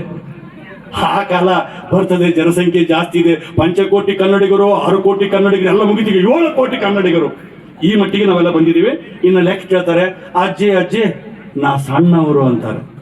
ಅವಾಗ ಅಜ್ಜಿ ನೋಡಿ ಹೇಳ್ತಾಳೆ, ಕರೆಕ್ಟಪ್ಪ, ಅನ್ನ, ನೀರು, ನಿಸರ್ಗ, ಸೂರ್ಯ, ಚಂದ್ರ, ಭೂಮಿ, ತಾಯಿ, ಸಮುದ್ರ ಇವು ಹೋಲಿಕೆ ಮಾಡಿಕೊಂಡ್ರ ನೀವು ಸಣ್ಣವ್ರಪ್ಪ. ಜೀವನದಲ್ಲಿ ಯಾವಾಗಲೂ ಸಣ್ಣವರು ಅಂತ ಅನ್ಕೊಳ್ರಪ್ಪ, ದೊಡ್ಡವರು ಆಗ್ತೀರಿ ಅಂದಂತೆ. ಅದಕ್ಕೆ ಭೋಜರಾಜ ಎಂತ ದೊಡ್ಡವಾಗ ನೋಡಿ. ಶಿವ ಅಂತ ಅಕ್ಷರ ಬರ್ದು ನೋಡ್ರಿ, ಮನೆಗೆ ಹೋಗಿ ಶಿವ, ಸಿ ಅಕ್ಷರ ಬಗ್ಗೆ ಇರ್ತದೆ ಮಗಂದು. ಶವ ಅಂತ ಬರ್ರಿ, ನೆಟ್ಟಿಗಿರ್ತದೆ. ಬಂದ್ ನೋಡ್ರಿ. ಅಂಗ ಅಂತ ಬರೀರ, ಅಂಗ ಪೂಜಿಗ ಅಂಗ. ಇದನ್ನೇ ಬಸವಣ್ಣ ಹೇಳಿದ್ದು. ಅಂಗ ಲಿಂಗ ಮಾಡಿಕೊಡ್ರು ತಮ್ಮ, ಅಂಗ ಲಿಂಗ ಮಾಡಿಕೊಡೋದ್ರೆ ಏನು? ಈ ಅಂಗಕ್ಕೆ ಕರಿ ಪೇಂಟ್ ಕೊಡೋದಲ್ಲ, ಅದಾಗಿರ್ತಕ್ಕಂಥ ಅಡ್ಡಗಿರಿ ಕಿಡಿಸ್ಬಿಟ್ರೆ ಅದು ಲಿಂಗ ಆಗ್ತದೆ. ಕಡಗಿಲಿಲ್ಲದ ಬಂಡಿ ಒಡಗೆಡದೆ ಮಾಬುದೆ, ಕಡಗಿಲು ಬಂಡಿಗಾಧಾರ ಕೊಡುದರ್ಪವೇರಿದ ಒಡಲೆಂಬ ಬಂಡಿಗೆ ಮೃಡ ಶರಣರ ನುಡಿ ಘಟನವೇ ಕಡಗಿಲು ಕಾಣ ರಾಮನಾಥ ಅಂತಾನೆ ಜೀಡ್ರದಾಶ್ರಮಯ್ಯ. ಸೊಕ್ಕನ್ನೋದು ಬೇಡ. ಈ ರೀತಿಯಾಗಿ ನಾವು ಬೆಳಿಬೇಕಾಗಿದೆ. ಕಿಂಕರ ಭಾವ ಇದ್ರೆ ನಾವೆಲ್ಲರೂ ಶಂಕರತ್ವಕ್ಕೆ ಮುಟ್ಟಬಹುದು. ನೋಡಿ, ಆಯ್ತು. ತೊರೆದು ಜೀವಿಸಬಹುದೇ ಹರಿ ನಿನ್ನ ಚರಣವನು, ಬರೀ ಮಾತೇ ಕಿನ್ನು ಅರಿತು ಬೇಡುವೆನಯ್ಯ. ತಂದೆ ತಾಯಿಯ ಬಿಟ್ಟು ತಪವ ಮಾಡಲುಬಹುದು, ದಾಯಾದಿ ಬಂಧುಗಳ ಬಿಡಲುಬಹುದು, ಎಲ್ಲವನ್ನೂ ಬಿಡಬಹುದು, ನಿನ್ನಡಿಯ ಬಿಡಲಾಗದು, ನಿನ್ನಡಿಯ ಬಿಡಲಾಗದು, ನಿನ್ನಡಿಯ ಬಿಡಲಾಗದು. ತಂದೆ ಹೋದ್ರು, ತಾಯಿ ಹೋದ್ರು, ಬಂಧು ಹೋದ್ರು, ಬಳಗ ಹೋದ್ರು, ಎಲ್ಲರೂ ಹೋದ್ರು. ಅಣ್ಣ ತಮ್ಮಂದ್ರೆ ಜಗಳಕ್ಕಿಂತ ಕೂಡೋದೇನದ? ಯಪ್ಪ ಭಗವಂತ, ನಂದೇನಿದೆ ನಿಂದೆ ಇದೆ ಎಲ್ಲವೂ ಅಂದ ಕನಕದಾಸ. ನಂದೇನಿಲ್ಲ ಭಗವಂತ, ನಿಂದೆ ಇದೆಲ್ಲವೂ. ಉಳಿಸುವವನು ನೀನೇ, ಉರುಳಿಸುವವನು ನೀನೇ, ಬೆಳೆಸುವವನು ನೀನೇ, ಪೀಡಿಸುವವನು ನೀನೇ, ಶಿಕ್ಷಿಸುವವನು ನೀನೇ, ರಕ್ಷಿಸುವವನೇ ನೀನೇ. ನಂದೇನಿಲ್ಲ ತಂದೆ, ಎಲ್ಲವೂ ನಿಂದೆ ಅಂದ. ಆ ಕಾರಣಕ್ಕೆ ಮುಂದುವರೆದು ಹೇಳ್ತಾನೆ. ಎಷ್ಟು ತ್ರಾಸಿತ್ತು ಅತಗಂದ್ರೆ ನೋಡಿ, ಕನಕದಾಸನಷ್ಟು ತ್ರಾಸು ನಮಗೇನು ಇತ್ತಂದ್ರೆ ಹೇಳಬಾರ್ದು ಕಥೆ ಅದು. ಆತ ಬರೆದಂತ ಒಂದೊಂದು ಪದ್ಯ ಒಂದೊಂದು ಗಂಟೆ ಹೇಳ್ಬೋದ್ರಿ. ಅಜ್ಞಾನಿಗಳ ಕೂಡ ಅಧಿಕ ಸ್ನೇಹಕ್ಕಿಂತ ಸುಜ್ಞಾನಿಗಳ ಕೂಡ ಜಗಳವೇ ಲೇಸುವಂತ. ಅಂಗಿಸಿ ನೀಡಿದ ಅನ್ನವನ್ನು ಉಂಬುವುದಕ್ಕಿಂತ ಹೊಟ್ಟೆ ತುಂಬ ನೀರು ಕುಡಿದಿರುವುದೇ ಲೇಸುವಂತಾನೆ. ಮತ್ಸರದ ಕಾಣುವವನ್ನೆರಗಿಂತ ಆಳುಗುಡಿಯ ವಾಸವೇ ಲೇಸುವಂತಾನೆ. ಇವತ್ತು ನಾವು ಅರ್ಥ ಮಾಡಿಕೊಳ್ಬೇಕಾಗಿದೆ. ಅಂಗಿ ನರಮನೆಗಿಂತ ವಿಂಗಡದ ಗುಡಿ ಲೇಸುವಂತಾನೆ. ಸ್ನೇಹದಲ್ಲಿ ಹಾಗೆ. ಹುಲ್ಲು ತಿಂದ ಆಕಳು ಹಾಲು ಕೊಡುತ್ತದೆ, ಹಾಲು ಕುಡಿದ ಹಾವು ವಿಷ ಕಾರುತ್ತದೆ. ಆಕಳು ಸ್ವಭಾವದವರು ಇರ್ತಾರೆ ಸಮಾಜದಲ್ಲಿ, ಹಾವಿನ ಸ್ವಭಾವದವರು ಇರ್ತಾರೆ, ಮಾವಿನ ಗಿಡದಂತವ್ರು ಇರ್ತಾರೆ, ಜಾಲಿ ಗಿಡದಂತವ್ರು ಇರ್ತಾರೆ. ಅದಕ್ಕೆ ದಾಸ ಸತ್ಯವಂತರ ಸಂಗವಿರಲು ತೀರ್ಥವ್ಯಾತಕ್ಕೆ, ನಿತ್ಯ ಜ್ಞಾನಿಯಾದ ಮೇಲೆ ಚಿಂತೆಯಾತಕ್ಕೆ, ಚಿಂತೆಯಾತಕ್ಕೆ. ನೋಡಿ, ಮಾವಿನ ಕಲ್ತ್ಕೊಂಡು ನೋಡ್ರಿ, ಅದು ಮಾವಿನ ಹಣ್ಣೆ ಕೊಡ್ತಾರೆ. ಕೆಲವ್ರು ಹೆಂಗಿರ್ತಾರಂದ್ರೆ ಇನ್ನೊಬ್ಬ ಕೆಟ್ಟದ್ದು ಮಾಡಿದ್ರು ಕೂಡ ಹೋಗಿ ಬಿಡಪ್ಪ, ಅವನು ಹಾಳಾಗಿ ಹೋಗ್ಲಿ, ಅವನು ದೇವ್ರು ನೋಡ್ತಾನೆ, ನಾವಂತೂ ಒಳ್ಳೇದ ಮಾಡ್ಬೇಕಂತಾರೆ. ಕಾಗೆ ಕೋಗಿಲೆ ಬಣ್ಣ ಎರಡೂ ಒಂದಾದ್ರೂ ಕೂಡ ಅದರ ಧ್ವನಿ ಕೇಳಿದಾಗ ಒಂದು ಕರ್ಕಶವಾಗ್ತದೆ, ಒಂದು ಮಧುರವಾಗಿರ್ತದೆ. ಸಜ್ಜನರ ಸಂಘದೊಳಗಿರಿಸನ್ನ ರಂಗ, ದುರ್ಜನರ ಸಂಘ ನಾನೊಲ್ಲೆ ಮಂಗಳಾಂಗ ಅಂತ ಬರೀತಾರೆ ಕನಕದಾಸ. ಸಜ್ಜನರ ಸಂಘದೊಳಗಿರಿಸನ್ನ ರಂಗ, ದುರ್ಜನರ ಸಂಘ ನಾನೊಲ್ಲೆ ರಂಗ. ಕುತ್ತಿಗೆ ಕೊಯ್ಯುವವರ ಸಂಘ ನೋಡಿ ಚಂದ ಬರ್ತಾರೆ. ಅನ್ಯಾಯ ಮಾಡುವವನ ಸಂಘ, ಕಡುಲೋಭಿಯ ಸಂಘ, ಮೂಢ ಮೂರ್ಖರ ಸಂಘ, ಎರಡು ಬಗೆಯುವವರ ಸಂಘ, ಪರನಿಂದೆ ಮಾಡುವವರ ಸಂಘ, ಬರುಳ ಪಾಮರ ಸಂಘ, ನಾನೊಲ್ಲೆ ಮಂಗಳಾಂಗ ಅಂತಾನೆ. ಈ ಜಗತ್ತಿನಲ್ಲಿ ಎಲ್ಲ ಸುಧಾರಿಸಿದೆ ನೋಡ್ರಿ, ಮನುಷ್ಯನನ್ನು ಹೊರತುಪಡಿಸಿ. ಈ ಜಗತ್ತಿನಲ್ಲಿ ಎಲ್ಲ ಸುಧಾರಣೆ ಆಗಿದೆ, ಮನುಷ್ಯ ಒಂದು ಸುಧಾರಣೆ ಆಗವಲ್ಲ. ಒಬ್ಬ ಹುಡುಗ ಭಾರತ ನಕಾಶೆ 15 ತುಂಡು ಮಾಡಿತ್ತಂತ. ಭಾರತ ನಕಾಶೆ 15 ತುಂಡು ಮಾಡಿತ್ತಂತ. ತಂದೆ ಬಂದು ಕೇಳಿದಂತ, ಮಗನೇ ಮಗನೇ ಭಾರತ ನಕಾಶೆ 15 ತುಂಡು ಮಾಡಿದಿ, ನೀನೇ ಅರ್ದಿದ್ದಿ, ನೀನೇ ಸರಿ ಮಾಡು ಅನ್ನಂತ. ಅವಾಗ ಮಗ ಅನ್ನಂತ, ಯಾಳಿಗೆ ಸರ್ ಕಬ ಕಬ ಮಾಡಿದಂಗೆ ಯಾಕೆ ಕಬ ಕಬ ಮಾಡ್ತಾನೆ, ಮೆಲ್ಲಕ್ಕೆ ಮಾತಾಡೋಣ, 5 ನಿಮಿಷ ಟೈಮ್ ಕೊಡು ಸರಿ ಮಾಡ್ತೀನಿ ಅಂತಂತ ಮಗ. 5 ನಿಮಿಷದಲ್ಲಿ 15 ತುಂಡಾದಂತ ಭಾರತ ನಕಾಶ ಸರಿ ಮಾಡಿದ್ದ. ಹೆಂಗ್ ಸರಿ ಮಾಡಿದ್ದೆ ಮಗನೇ ಅಂತ ಕೇಳಿದ್ದಂತ. ಅವಾಗ ಅವ್ರಂತಾರಂತ, ಆ ಹುಡುಗ ಅಂತಾನೆ, ಏನಿಲ್ಲಪ್ಪ, ಭಾರತ ನಕಾಶೆ ಹಿಂದ್ಗಡೆ ಮನುಷ್ಯನ ಚಿತ್ರ ಇತ್ತು, ಮನುಷ್ಯನ ಸರಿ ಮಾಡಿಕೊಂತ ಬಂದೆ, ದೇಶ ಸರಿ ಆಯ್ತು ಅಂದಂತ. ಮನುಷ್ಯನ ಸರಿ ಮಾಡೋ ಸಾಹಿತ್ಯ ಯಾವುದು? ಕನಕದಾಸ ಸಾಹಿತ್ಯ. ಮನುಷ್ಯನನ್ನ ದಾರಿ ತಪ್ಪದಂತೆ ಕಾಪಾಡುವ ಸಾಹಿತ್ಯ ಕನಕದಾಸ ಸಾಹಿತ್ಯ. ಮನುಷ್ಯನನ್ನ ಸರಿದಾರಿಗೆ ನಡೆಸುವಂತ ಸಾಹಿತ್ಯ ನಾವು ಅರ್ಥ ಮಾಡಿಕೊಳ್ಬೇಕು. ಪಾಪಿಗಳಿದ್ದಲ್ಲಿ ರೂಪುಳ್ಳ ವಸ್ತುವು ತೋರಬಾರದು, ಕೋಪಿಗಳಿದ್ದಲ್ಲಿ ಅನುಭವ ಗೋಷ್ಠಿ ಮಾಡಬಾರದು, ದುರ್ಜನರಿದ್ದಲ್ಲಿ ಸಜ್ಜನರು ಹೋಗಬಾರದು ಅಂತಾನೆ. ಇಷ್ಟೆಲ್ಲ ಹೇಳಿ, ಆಚಾರವಿಲ್ಲದ ನಾಲಿಗೆ ನಿನ್ನ ನೀಚ ಬುದ್ಧಿಯ ಬಿಡು ನಾಲಿಗೆ, ಪರರ ದೋಷಿಸಲು ಚಾಚಿಕೊಂಡಿರುವಂತ ನಾಲಿಗೆ ಅಂತ ಅನೇಕ ದಾಸರು ಹೇಳ್ತಾರೆ. 32 ಹಲ್ಲುಗಳ ಭದ್ರ ಕಾವಲಿನಲ್ಲಿ ನಾಲಿಗೆ ಅಡಗಿಕೊಂಡಿದ್ದರು. ಒಂದೊಂದು ಸಲ ಹೊರಗೆ ಬಂದು ಅನಾಹುತ ಮಾಡಿಬಿಡುತ್ತದೆ. ಎಚ್ಚರಿಕೆಯಿಂದ ಮಾತನಾಡಬೇಕಂತ ಪಾಟೀಲ್ ಪುಟ್ಟಪ್ಪ ಹೇಳ್ತಾರೆ. ನಮ್ಮ ನಾಲಿಗೆ ನಮ್ಮ ಯೋಗ್ಯತೆಯನ್ನು ನಿರ್ಧಾರ ಮಾಡ್ತದೆ. ಎಲ್ಲ ಬಂಧುಗಳ ನಿಮ್ಮ ಮಕ್ಕಳಿಗೆ ಒಳ್ಳೆ ಸಂಸ್ಕಾರ ಕಲಿಸ್ರಿ. ನಾನಿಲ್ಲಿ ದೇವದುರ್ಗಕ್ಕೆ ಹೋಗಿದ್ದೆ. ನಮ್ಮ ಶಿವನಗೌಡ ನಾಯಕರು ಕರೆಸಿದ್ರು. ಕಾರ್ಯಕ್ರಮ ಒಂದಿಷ್ಟು ಲೇಟ್ ಇತ್ತು. ವಾಲ್ಮೀಕಿ ಜಯಂತಿಗೆ ಸುಮ್ಮನೆ ಹಳ್ಳಿಯಾಗ ತಿರುಗಾಡ್ಬೇಕಂತ ಹೋದೆ. ಅಲ್ಲಿ ನಾವು ಸಾಹಿತಿಗಳು ಸ್ವಲ್ಪ ಅಲ್ಲೆಲ್ಲಿ ತಿರುಗಾಡಿ ಬಿಟ್ಟರು ಲೋಕಜ್ಞಾನ ಬರ್ತದೆ. ಕಟ್ಟಿ ಮ್ಯಾಕ್ ತಂದೆ ತಾಯಿ ವಯಸ್ಸಾದವ್ರು ಕುಂತಿದ್ರು. ನಾನು ಕೇಳಿದೆ, ಯಪ್ಪ ಒಂದು ಗ್ಲಾಸ್ ನೀರು ಕೊಡ್ರು. ನೀರು ಕೊಟ್ಟರು, ಕುಡಿದೆ. ಒಂದಿಷ್ಟು ಮಾತಾಡ್ಬೇಕಲ್ಲ ಔಪಚಾರಿಕವಾಗಿ. ನಿಮ್ಗೆ ಎಷ್ಟು ಮಕ್ಕಳು ಅಂದೆ? ಅವ್ರಿಗೆ 3 ಗಂಡು ಮಕ್ಕಳು ಅಂದ. ಏನ್ ಮಾಡ್ತಾರೆ ಅಂತ ಕೇಳಿದ. ಒಬ್ಬ ಮಗ ಡಾಕ್ಟರ್ ಅದಾರ, ಅಮೆರಿಕದಾಗಿದ್ದಾನ. ಇನ್ನೊಬ್ಬ ಮಗ ಇಂಜಿನಿಯರ್ ಇದ್ದಾನೆ, ಬೆಂಗಳೂರಾಗಿದ್ದಾನ. ಸುಮ್ಮನೆ ಆಗ್ಬಿಟ್ಟ. ಮತ್ತೆ 3ನೇ ಮಗ ಏನ್ ಮಾಡ್ತಾನ್ರಿ, ಯಾಕೆ ಹೇಳಲ್ಲ ಅಂತ ಕೇಳಿದ. ನಾನು ಏನ್ ಮಾಡೋದ ಅಳಿಗೆ ಸರ್, ಆ 3ನೇ ಮಗನಿಗೆ ವಿದ್ಯೆ ತಿಳಿಯತ್ತಿಲ್ಲ. ಬಹಳ ದಡ್ಡಾದ ಅವ್ರ ಮಗ. ನಮ್ಮ ಮನೆ ಪಕ್ಕದಾಗೆ ಕಿರಾಣಿ ಅಂಗಡಿ ಇಟ್ಕೊಂಡು ಕುಂತಾನ, ಸಣ್ಣದು ಅಂದ ಅವ್ರಪ್ಪ.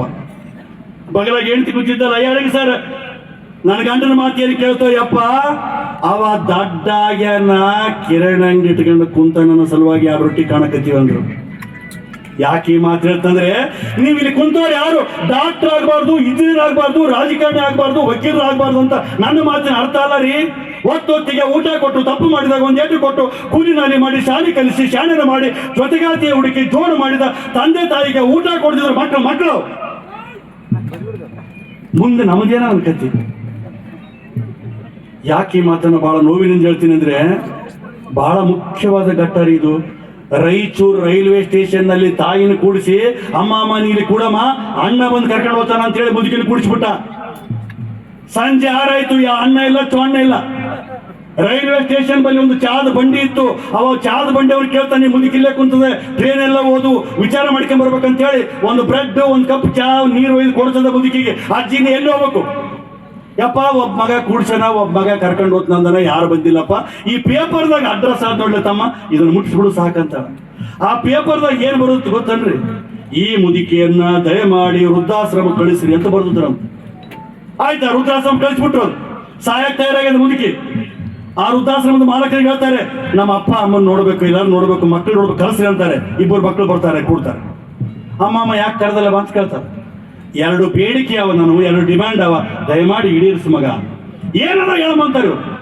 ಯಪ್ಪ ಇಲ್ಲಿ ವೃದ್ಧಾಶ್ರಮದಾಗ ಸೊಳ್ಳೆ ಬಾಳದ ಓತಪ್ಪ, ಒಂದು ಫ್ಯಾನ್ ಕೂಡಿಸ್ರು. ನಿಮ್ಗೇನು ಕಡಿಮೆ ಆಗ್ಯದ? ಯಪ್ಪ ಇಲ್ಲಿ ನೀರು ಚೆನ್ನಾಗಿಲ್ಲ, ಒಂದು ಫಿಲ್ಟರ್ ವಾಟರ್ ಹಾಕ್ರು, ನಿಮ್ಗೇನು ಕಡಿಮೆ ಆಗ್ಯದ ಅಂತಾರೆ.